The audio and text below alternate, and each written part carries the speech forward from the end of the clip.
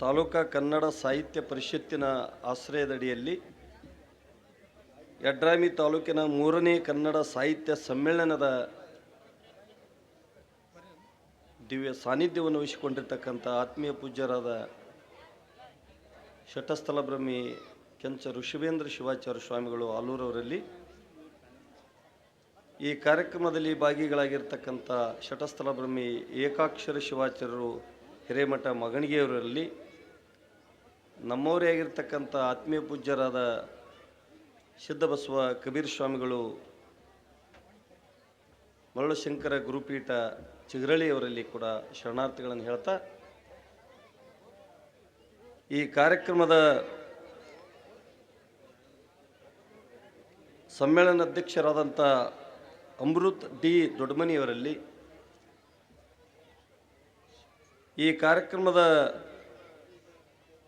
ಮುಂಚೂಣಿಯಲ್ಲಿ ನಿಂತು ತಮ್ಮದೇ ಆಗಿರ್ತಕ್ಕಂಥ ಸೇವೆಯನ್ನು ಮಾಡ್ತಕ್ಕಂಥ ಡಾಕ್ಟರ್ ಅಜಯ್ ಸಿಂಗ್ ಶಾಸಕರು KKRDB ಅಧ್ಯಕ್ಷರು ಅವರಲ್ಲಿ ಹಾಗೂ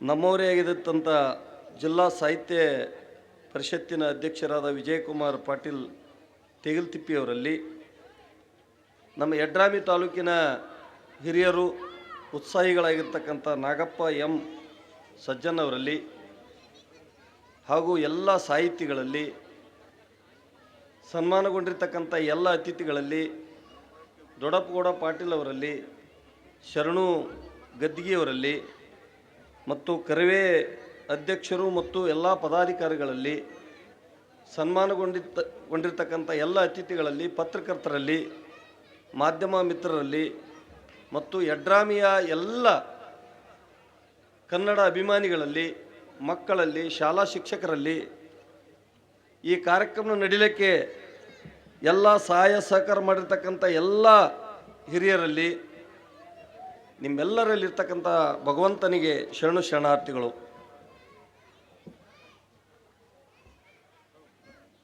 ಯಡ್ರಾಮಿ ತಾಲೂಕಾ ಇದು ಒಂದು ಐತಿಹಾಸಿಕವಾದಂಥ ತಾಲೂಕು. ಇದು 12ನೇ ಶತಮಾನದ 2ನೇ ರೂಪ ಕೊಟ್ಟಿರ್ತಕ್ಕಂಥದ್ದು ಯಡ್ರಾಮಿ ತಾಲೂಕು. ಬಸವಾದಿ ಶರಣರ ನಂತರ ಕಡಕೋಳದಲ್ಲಿ ಅನುಭವ ಮಂಟಪ ನಡೆಸಿರ್ತಕ್ಕಂಥ ಮಹಾಜ್ಞಾನಿ ಮಡಿವಾಳಪ್ಪನವರು ಇಲ್ಲಿ ಯಾವ ಜಾತಿ ಭೇದವನ್ನದೇ ಎಲ್ಲ ಸರ್ವ ಜನಾಂಗದವರನ್ನ ಕ್ರೋಢೀಕರಿಸಿ ಅವರ ಶಿಷ್ಯರನ್ನು ಮಾಡಿ ಅವರಿಗೆ ತತ್ವಪದಗಳ ಅಧ್ಯಯನವನ್ನು ಮಾಡಿಸಿ ಅವ್ರದೇ ಆಗಿರ್ತಕ್ಕಂಥ ಒಂದು ಇಲ್ಲಿ ಪೀಠವನ್ನು ಸ್ಥಾಪನೆ ಮಾಡಿ ಬಸವಾದಿ ಶರಣರ ನಂತರ ಅರಳಗುಂಡಿಗೆಯ ಶರಣರ ಕಲಬುರಗಿಯ ಶರಣರ ಒಂದು ಕೃಪದೃಷ್ಟಿಯಿಂದ ನಡೆದಿರ್ತಕ್ಕಂಥ ಒಂದು ದೊಡ್ಡ ಕ್ರಾಂತಿ ಇದು ಯಡ್ರಾಮಿ ತಾಲೂಕು. ಇಲ್ಲಿ ಕನ್ನಡ ನಮ್ಮ ಜಗತ್ತಕ್ಕೆ ಶಕ್ತಿ ಕೊಟ್ಟಿರ್ತಕ್ಕಂಥದ್ದು ವಚನಗಳು, ಕನ್ನಡದ ವಚನಗಳು. ಆ ವಚನಗಳನ್ನು ಓದಿದರೆ ಜಗತ್ತದ ಎಲ್ಲ ವಿಷಯಗಳನ್ನು ತುಂಬಿಕೊಂಡಿದೆ. ಇನ್ನೊಂದು ಮಾತು ಹೇಳ್ತೀನಿ ನಾನು, ಅನೇಕ ವಚನಕಾರರು ಈ ಭಾಗದೊಳಗೆ ತತ್ವಪದಗಾರರು ಅಷ್ಟೊಂದು ಬೆಳಕಿಗೆ ಬಂದಿಲ್ಲ. ಈ ಭಾಗದ ಜನಗಳಿಗೆ ಕೇಳೋದೊಂದು ಬಿಟ್ಟರೆ ಮಾಡೋದಿಲ್ಲ, ಕೆಲಸ ಮಾಡಂಗಿಲ್ಲ. ಆ ಭಾಗದ ಉತ್ತರ ಕರ್ನಾಟಕ ಭಾಗದೊಳಗೆ ಶಿಶುನಾಳ ಶರೀಫ್ನಂತ ಒಬ್ಬ ತತ್ವಪದಕಾರ ಇಡೀ ಅಂತಾರಾಷ್ಟ್ರ ಮಟ್ಟಕ್ಕೆ ಒಯ್ಯಲಿಕ್ಕೆ ಅಲ್ಲಿಯ ಭಾಗದ ಅಭಿಮಾನಿಗಳು, ನಮ್ಮ ಭಾಗದ ರಾಜಕಾರಣಿಗಳು, ಶಾಸಕರೊಂದಿಗೆ ಯಾವ ಆಸಕ್ತಿನೂ ಇಲ್ಲ. ಸಾಕಷ್ಟು ಸಲ ನಮ್ಮ ಶಾಸಕರಿಗೆ ಮನವರಿಕೆ ಮಾಡಿಕೊಟ್ಟರೂ ಕೂಡ ಮತ್ತು ಹೊಳ್ಳೆ ಏನು ಮಾಡ್ಬೇಕಂತ ಕೇಳ್ತಾರವರು. ಯಾರ ಬಲ್ಲಿ ಹೋದರೆ ಮಡಿವಾಳಪ್ಪನ ತತ್ವ ಪದಗಳ ಅಧ್ಯಯನ ಸಂಶೋಧನೆ ಆಗ್ತದ ಅನ್ನೋದು ಅವನ ಕೈಯಲ್ಲಿ ಅಧಿಕಾರ ಇದೆ, ವಿಧಾನಸೌಧಕ್ಕೆ ಹೋಗಕ್ಕೆ ಅಧಿಕಾರ ಇದೆ, ಮುಖ್ಯಮಂತ್ರಿಗಳ ಕೇಳುವ ಅಧಿಕಾರ ಇದೆ, ಸಂಬಂಧಪಟ್ಟಂಥ ಸಚಿವರಿಗೆ ಕೇಳುವ ಅಧಿಕಾರ ಇದೆ. 3 ಸಲ ಶಾಸಕರಾಗಿ ಆಯ್ಕೆ ಮಾಡಿ ಅವರ ತಂದೆಯವರನ್ನು 8 ಸಲ ಶಾಸಕರನ್ನು ಆಯ್ಕೆ ಮಾಡಿರ್ತಕ್ಕಂಥ ಈ ನಾಡಿದು. ಅನೇಕ ಮೂಲ ಸೌಕರ್ಯಗಳಿಂದ ಕೊರತೆ ಅಲ್ಲದೇ ಅನೇಕ ಶರಣರು ಸಂತರು ನಡೆದಾಡಿದ ಭೂಮಿ ಇದು. ಇದು ಜಗತ್ತಕ್ಕೆ ಸಂದೇಶ ಕೊಡ್ತಕ್ಕಂಥ ಈ ಭೂಮಿಯನ್ನ ಗಮನ ಹರಿಸಬೇಕು. ನಮ್ಮ ಮಾತಿಗೆ ಹೋಗೊಡದೇ ಇದ್ದಲ್ಲಿ ಪರಿಸ್ಥಿತಿ ನೆಟ್ಟಗಾಗಂಗಿಲ್ಲ.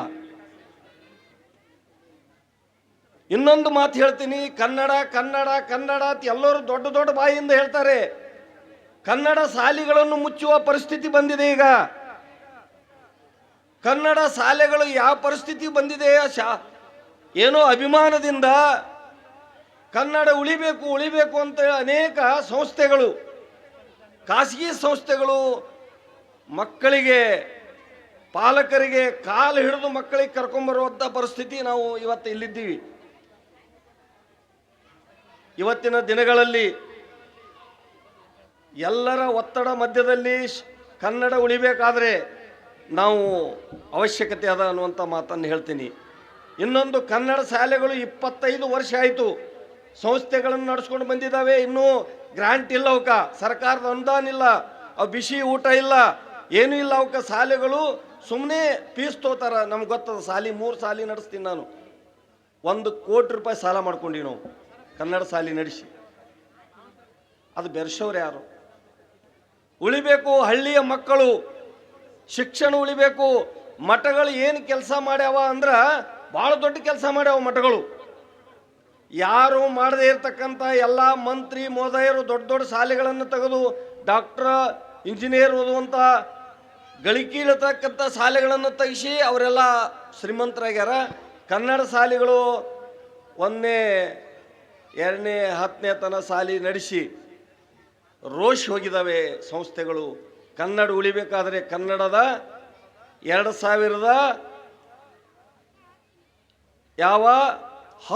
ವರ್ಷ ಗ್ರಾಂಟನ್ನು ಸರ್ಕಾರ ಕೊಡಬೇಕು ಅಂದ್ರೆ ಶಾಲೆ ಉಳಿತಾವೆ, ಕನ್ನಡ ಶಾಲೆ ಉಳಿತಾವೆ. ಮೊನ್ನೆ ಒಬ್ಬ ಹೇಳ್ದ, ಮುಖ್ಯಮಂತ್ರಿ ಹೇಳಿದರು, ಯಾರು ನಮ್ಮ ಹೊರಟ್ಟಿಯವರು ಹೇಳಿದರು, ಮುಖ್ಯಮಂತ್ರಿಗಳೇ ಕನ್ನಡ ಶಾಲೆ ಕನ್ನಡ ಉಳಿಬೇಕಾದ್ರೆ ನೀವು ಶಾಲೆಗಳಿಗೆ ಗ್ರಾಂಟ್ ಕೊಡಬೇಕು, ಕೊಡಲಿಲ್ಲ ಅಂದ್ರೆ ಶಾಲೆಗಳು ಕನ್ನಡ ದಿವಾಳಿ ಆಗ್ತದೆ, ಎಲ್ಲ ಇಂಗ್ಲೀಷ್ ಮಯವಾಗ್ತದೆ ಅನ್ನುವುದು ಅರಿವನ್ನು ದೊಡ್ಡ ಬಾಯಿಯಿಂದ ಹೇಳ್ತಾರೆ. ಬೆಂಗಳೂರಾಗ ಕನ್ನಡ ಉಳಿಬೇಕು ಜಾಂಡೆ ಕಟ್ಕೊಂಡು ಕುಣಿತಾರೆ ಮಕ್ಕಳು ಮಾಧ್ಯಮದ ಮುಂದೆ.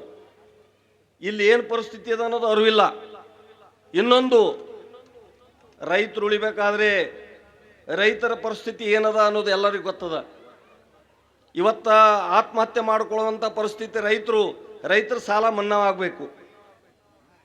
ಇವು ಯಾವುದೋ ಬಿಟ್ಟಿ ಭಾಗ್ಯ ಕೊಟ್ಟು ಎಲ್ಲರನ್ನ ಹಾಳು ಮಾಡುವಂಥ ಪರಿಸ್ಥಿತಿ ಒಳಗೆ ರೈತರನ್ನ ಉಳಿಸ್ಕೋಬೇಕು. ರೈತರು ಎಲ್ಲ ಪ್ರಾಣಿ ಪಕ್ಷಿಗಳಿಗೆ ಎಲ್ಲರಿಗೆ ಅನ್ನ ಕೊಡುವಂಥ ರೈತರು ಉಳಿಬೇಕು ನಮ್ಮ ದೇಶದೊಳಗೆ. ಉಳಿದ್ರೆ ನಮ್ಮ ದೇಶ ಉಳಿತದೆ, ಹಳ್ಳಿ ಉಳಿತದೆ. ಗುಳೆ ಹೋಗುವಂಥ ಪರಿಸ್ಥಿತಿ ಅದ. ರೈತರು ದೊಡ್ಡ ದೊಡ್ಡ ಆಸ್ತಿವಾನರು ಕೂಡ ಗುಳೆ ಹೋಗುವಂಥ, ಬೆಂಗಳೂರಿಗೆ ಹೋಗಿ ದುಡಿಯುವಂಥ ಪರಿಸ್ಥಿತಿ ಈ ನಿರ್ಮಾಣವಾಗಿದೆ. ಅಂಥ ನಿರ್ಮಾಣವನ್ನು ತಪ್ಪಿಸುವಂಥ ಕೆಲಸ ಮಾಡಬೇಕು. ಇನ್ನೊಂದು, ನಮ್ಮ ತಾಲೂಕಿಗೆ ಭಾಳ ಯಡ್ರಾಮಿ ತಾಲೂಕು ಸುಮಾರು 10 ವರ್ಷಗಳಿಂದ ತಾಲೂಕು ಅಂತ ಘೋಷಣೆ ಆಗಿದೆ. ಯಾವ ಆಫೀಸ್ ಚೆನ್ನಾಗಿಲ್ಲ, ಯಾವ ಅಧಿಕಾರಿಗಳಿಲ್ಲ, ಚೆನ್ನಾಗಿ ಕೆಲಸ ಮಾಡೋರಿಲ್ಲ. ಯಾರು ಯಾವಾಗ ಬರ್ತಾರೋ ಏನು ಹೋಗೋದು ಗೊತ್ತಿಲ್ಲ, ಯಾರು ಯಾವಾಗ ಬರ್ತಾರೋ. ಈ ಬಿಟ್ಟಿ ತಾಲೂಕು ಆದಂಗೆ ಇದೆ. ಇದನ್ನ ಆಗಬೇಕು. ಇದು ತಾಲೂಕು ಅಂದ್ರೆ ಇದು ಏನಾಗ್ಯದಂದ್ರೆ ಏನೋ ಬಿಟ್ಟಿ ತಾಲೂಕು ಆದಂಗೆ ಆಗಿದೆ. ಇಲ್ಲಿ ಯಾವ ಆಫೀಸರ್ಗಳು ಸರಿಯಾಗಿ ಬರಂಗಿಲ್ಲ. 12ಕ್ಕೆ ಬರ್ತಾನೋ, ಇನ್ನು 1ಕ್ಕೆ ಬರ್ತಾನೋ, 2 ದಿನ 3 ದಿನ ಆ ಕಡೆ ಲೀವ್ ಹಾಕಲಾರ್ದೆ ಹೋಗಿ ಮತ್ತೆ ಮನೆಗೆ ಬಂದ್ರೆ ಹೆಂಡತಿ ಮನೆಗೆ ಹೋದಂಗೆ ಆಗ್ತದೆ ಇಲ್ಲಿ ಯಡ್ರಾಮಿಗೆ ಬರೋದು. ಇಂಥ ಪರಿಸ್ಥಿತಿಯನ್ನು ನೀವು ಅವಲೋಕನ ಮಾಡಬೇಕು. ಯಡ್ರಾಮಿಯವರು ಇಲ್ಲ, ಕುಂಭಕರ್ಣರು. ಯಡ್ರಾಮಿಯವರು ತಾನೇ ಆಗಲಿ ಅಂತಾರವ್ರು. ಏನು ಕೆಲಸ ಮಾಡೋರು ಅಲ್ಲಿ ಇವ್ರು ಯಡ್ರಾಮಿಯವರು. ಬರೀ ಚಲೋ ಬಿಳಿ ಬಟ್ಟೆ ಉಟ್ಕೊಂಡು ಬಸ್ ಸ್ಟ್ಯಾಂಡಿಗೆ ಬರ್ತಾರವ್ರು ಅಷ್ಟೇ. ಯಾರೂ ಏನೂ ಕೇಳಂಗಿಲ್ಲ. ಇಲ್ಲಿ ರಸ್ತೆದಾಗ ಮೌಸ್ ಕಡಿತಾರ. ಹೋಗೋ ದಾರಿಗೆ ಸಂತಿ ದಿನ ಹೋಗೋಗಿ ನಾವು ಹೋಗ್ತೀವಿ, ಮಾರಿ ಮುಂದೆ ಮೌಸ್ ಕಡಿತಾರೆ, ಯಾವನು ಕೇಳಲ್ಲ. ಅಂಗಡಿ ಮುಂದೆ ಕಡಿತಾರ. ಎಲ್ಲಿ ಮಾಡಬೇಕು, ಯಾವ್ದು ಏನು ಮಾಡ್ಬೇಕು ಅನ್ನೋದು ಅರಿವು ಇಲ್ದಂಗೆ ಕುಂದಿರ್ತಾರೆ ಯಡ್ರಾಮಿಯವರು. ಏನು ಮಾಡ್ತೀರಿ ನೀವು ಯಡ್ರಾಮಿಯವರು? ಎಷ್ಟು ದೊಡ್ಡ ಸಮಾಜ ಅದ, ಏನು ಮಾಡ್ತೀರಿ? ಯಾರು ಎಷ್ಟು ಮಠಗಳವ? 16 ಮಠಗಳದಾವ ನಮ್ಮ ತಾಲೂಕಿನೊಳಗೆ. 16 ಮಠಗಳು ಪ್ರತಿಷ್ಠಿತ. ಆಲೂರ, ಕಡ್ಕೋಳ, ಮಾಗಣಗೇರಿ, ಅನೇಕ ಮಠಗಳು, ಜೇಟಿಗಿ, ಸೊನ್ನ, ಅನೇಕ ಮಠಗಳು, ಮಠಾಧೀಶರು ಸುಮ್ಮನೆ ನಮಗೆ ಬಾಡಿಗೆ ತಂದು ದುಡಿಸ್ಲಕತ್ತೀರಿ ನೀವು ಅಷ್ಟೇ. ನಮ್ದಿಂದ ಏನು ಕೆಲಸ ಇಲ್ಲ, ಏನು ಭವಿಷ್ಯ ಇಲ್ಲ, ಏನು ಮಾಡ್ಕೊಳ್ಳಲಾಗಿರಿ ನೀವು. ಸ್ವಾಮಿಗೆ ಒಬ್ಬ ಹೇಳನಂದ್ರೆ ಅವ ಹೇಳ 4 ಮಂದಿ ಸ್ವಾಮಿಗಳು ಅಂದ್ರೆ 10 ಮಂದಿ ಸ್ವಾಮಿ ಕರೆಸೋದು, ಲಗ್ನಕ್ಕೆ ಕರೆಸೋದು. ಸುಮ್ಮನೆ ಕರೆಸಿ ಅವಕ್ಕೆ ಒಂದು ಶಾಲು ಮಂಡ ಶಾಲು ಹಚ್ಚಿ ಕಳಿಸಿಬಿಡೋದ ಕಡೆ ಸ್ವಾಮಿಗೆ. ಉಣಿಸೋದಿಲ್ಲ, ತಿನ್ಸೋದಿಲ್ಲ. ಇವ್ರ ದಿಮಾಕೆ ನೋಡ್ಬೇಕು. ನಾವು ಹೋಗ್ಬಾರ್ದು ತೀರ್ಮಾನ ಮಾಡೀವಿ. ಎಲ್ಲಿ ಗೌರವ ಇರ್ತದೆ, ಘನತೆ ಇರ್ತದೆ ಅಂತಲ್ಲಿ ಹೋಗ್ಬೇಕು ನಾವು ತೀರ್ಮಾನ ಮಾಡಿ. ಸ್ವಾಮಿಗಳನ್ನು ಸುಮ್ಮನೆ ಬಳಸ್ಕೊಂಡು ಅವು ವಯಸ್ಸು ಹರಣ ಮಾಡಿ ಅವು ಸತ್ತು ಹೊಡಿತಾರೆ. ಅವು ಇದ್ದದ್ದು ಹೇಳಕತ್ತೀನಿ, ನಾನು ಇದ್ದಂಗೆ ಹೇಳಕತ್ತೀನಿ. ಅದಕ್ಕೆ ಈ ಶಾಲೆ, ಈ ತಾಲೂಕು ಉಳಿಬೇಕಾದ್ರೆ ಮುಂದೊಂದು ದಿನಗಳಲ್ಲಿ ಇದೇ ಪರಿಸ್ಥಿತಿ ನಮ್ಮ ತಾಲೂಕು. ಒಂದೊಂದು ಊರಿಗೆ ಹೋಗಕ್ಕೆ ರಸ್ತೆ ಇಲ್ಲ, ಒಂದೊಂದು ಊರಿಗೆ ಹೋಗಿ ಬಸ್ ಇಲ್ಲ. ಬಡವ್ರು ಟಮಟಮಿ ಮ್ಯಾಲೆ ಕೂತು ಬೆಳಗ್ಗೆ ತಳಗ ಮ್ಯಾಲೆ ಕೂತು ಬರ್ತಾವ. ಈ ಪರಿಸ್ಥಿತಿ ಒಳಗೆ ನಾವು ಶಾಸಕರಿಗೆ ಮನವಿ ಮಾಡ್ತೀನಿ, ನೀವು ದೊಡ್ಡ ಈ ಸಮಾಜವನ್ನು ಆಳಿರ್ತಕ್ಕಂಥವ್ರು. ಸುಮಾರು 60 ವರ್ಷ 50 ವರ್ಷ ಗತಿಸ್ತು ನೀವೇ ಈ ನಿಜಾಮ್ ಸರ್ಕಾರ ಹೋದ ಮೇಳಕ ನೀವೇ ನಮ್ಮ ತಾಲೂಕು ಆಳದವರು. ಅದನ್ನು ಗಮನದಾಗಿಟ್ಕೊಂಡು ಶಾಸಕರು ಗಮನ ಹರಿಸಿ ತಮಗೆ 5,000 ಕೋಟಿ ರೂಪಾಯಿ ಬಂದವು. ಎಲ್ಲವರು 5,000 ಕೋಟಿ ಗೊತ್ತೇ ಇಲ್ಲ. ಎಲ್ಲವನ್ನ ಸುಮ್ಮನೆ ನಮ್ಗೆ ಬೋರ್ಡ್ ಹಚ್ಚೋದು 5,000 ಕೋಟಿ. ಏನು ಚಂಡಿಲ್ಲ, ರಸ್ತೆ ಇಲ್ಲ, ಏನಿಲ್ಲ. ಜಾಲೆಗೆ ಹೋಗ್ಬೇಕು ನಾವೆಲ್ಲ. ನಮ್ಮ ಈ 40,000 ಓಡೋ ಟಯರ್ಗಳು 15,000 ಓಡ್ತಾವೆ. ಏನು ಕಳು ಮಾಡಿತಾರಮ್ಮ ರೊಕ್ಕ? ನೀವು ಹೋದ್ರೆ ಲಗ್ನಕ್ಕೆ ಹೋದ್ರೆ 11 ರೂಪಾಯಿ ಕೊಟ್ಟು ಕಳಿಸ್ತೀರಿ. ಸ್ವಾಮಿ ಬದುಕ್ತಾನ? 50,000 ಕೊಟ್ಟು DJ ಹಚ್ಚಿ ಮರೆಸ್ತೀರಿ, ಸ್ವಾಮಿಗೆ 1100 ರೂಪಾಯಿ ಕೊಟ್ಟಿಗೆ ತಲೆ ಬರೆದು ಕಳಿಸ್ತೀರಿ. ಈ ಕಡೆ ಮಠ ಉಳಿತಾವ? ಇಲ್ಲಿ ಬದುಕೋದು ಹೆಂಗೆ ಸ್ವಾಮಿಗಳು? ಆಲೂರು ಸ್ವಾಮಿಗಳು ಬಿಟ್ಬಿಟ್ರೆ ಎಲ್ಲ ಸುಮ್ ಪೂಜಾಕ್ಕೆ ಹೋಗಿ ಆರಾಮ್ ಉಂಡು ತಿಂದು ದಕ್ಷಿಣ ತೊಗೊಂಬರ್ತೀವಿ. ಅದ್ರ ಕಾರ್ಯಕ್ರಮ ಹೊರಿಯ ಕಡೆ ಲಗ್ನ ಮಾಡ್ಕೊಳ್ಳೋಕೆ ಆ ಕಡೆ ಅಂತ. ನಾವು ಹೇಳೋ ಮಾತು ಸತ್ಯ ಇರ್ಬೋದು, ಅಸತ್ಯ ಇರ್ಬೋದು. ಮಡಿವಾಳಪ್ಪನಂಥ ದೊಡ್ಡ ಕ್ರಾಂತಿ ಬರೇ ಒಂದೇ ಪದ ಹಾಡಿಲ್ಲ. ಮಡಿವಾಳಪ್ಪ ಬೀಸೋದು, ಕುಟ್ಟೋದು, ಪ್ರತಿಯೊಂದು ಹೆಣ್ಣು ಮಕ್ಕಳಿಗೆ, ಮಹಿಳೆಯರಿಗೆ ಸ್ವತಂತ್ರ ತಂದುಕೊಟ್ಟಂಥ ಮಠ ಇದು. ನೀವೆಲ್ಲರೂ ಗಮನ ಹರಿಸ್ರಿ. ಮುಂದಿನ ವರ್ಷ ಸಾಹಿತ್ಯ ಸಮ್ಮೇಳನದ ತತ್ವಪದಗಳ ಸಾಹಿತ್ಯ ಸಮ್ಮೇಳನ ಕಡ್ಕೋಳದೊಳಗೆ ಅದ್ದೂರಿಯಾಗಿ ಮಾಡ್ತೀವಿ. ಈ ಸಾಹಿತ್ಯ ಪರಿಷತ್ತಿನ ಮಂದಿ ರೊಕ್ಕಕ್ಕೆ ಬಿದ್ದಾರ. ಯಾರು ತಾಲೂಕದಾಗ ಏನದ, ಅವ್ರಿಗೆ ಅಗ್ರಸ್ಥಾನ ಏನದ ಅನ್ನೋದು ಅರಿವಿಲ್ದಂಗೆ ಇರ್ತಾರ. ಅದನ್ನು ಗಮನ ಹರಿಸ್ಕೊಂಡಿರ್ರಿ. ಯಾರು ಸಾಹಿತ್ಯಕ ಲೋಕದೊಳಗೆ ಅದಾರ ಅವ್ರನ್ನ ಗೌರವಿಸುವಂಥ ಕೆಲಸ ಮಾಡಿರಿ. ರೊಕ್ಕಕ್ಕೆ ಬೀಳಬೇಡ್ರಿ. ರೊಕ್ಕ ಏನು ಮಾಡಂಗಿಲ್ಲ, ಅದನ್ನು ಅಧಿಕಾರ ಏನು ಮಾಡಂಗಿಲ್ಲ. ಎಲ್ಲರೂ ಗೌರವಿಸ್ಬೇಕಂತ ಹೇಳಿ ನಾನು 4 ಮಾತು ಮುಗಿಸ್ತೀನಿ. ಧನ್ಯವಾದಗಳು. ಅದೇ ರೀತಿಯಾಗಿ ಈ ಒಂದು ಸಮ್ಮೇಳನದ ಸರ್ವಾಧ್ಯಕ್ಷರಾಗಿರುವ ಶ್ರೀ ಅಮೃತ್ ಡಿ ದೊಡ್ಡಮನಿ ಅವರಿಗೂ, ಅದೇ ರೀತಿಯಾಗಿ ತಾಲೂಕಿನ ಅಧ್ಯಕ್ಷರಾಗಿರುವ ನಾಗಪ್ಪ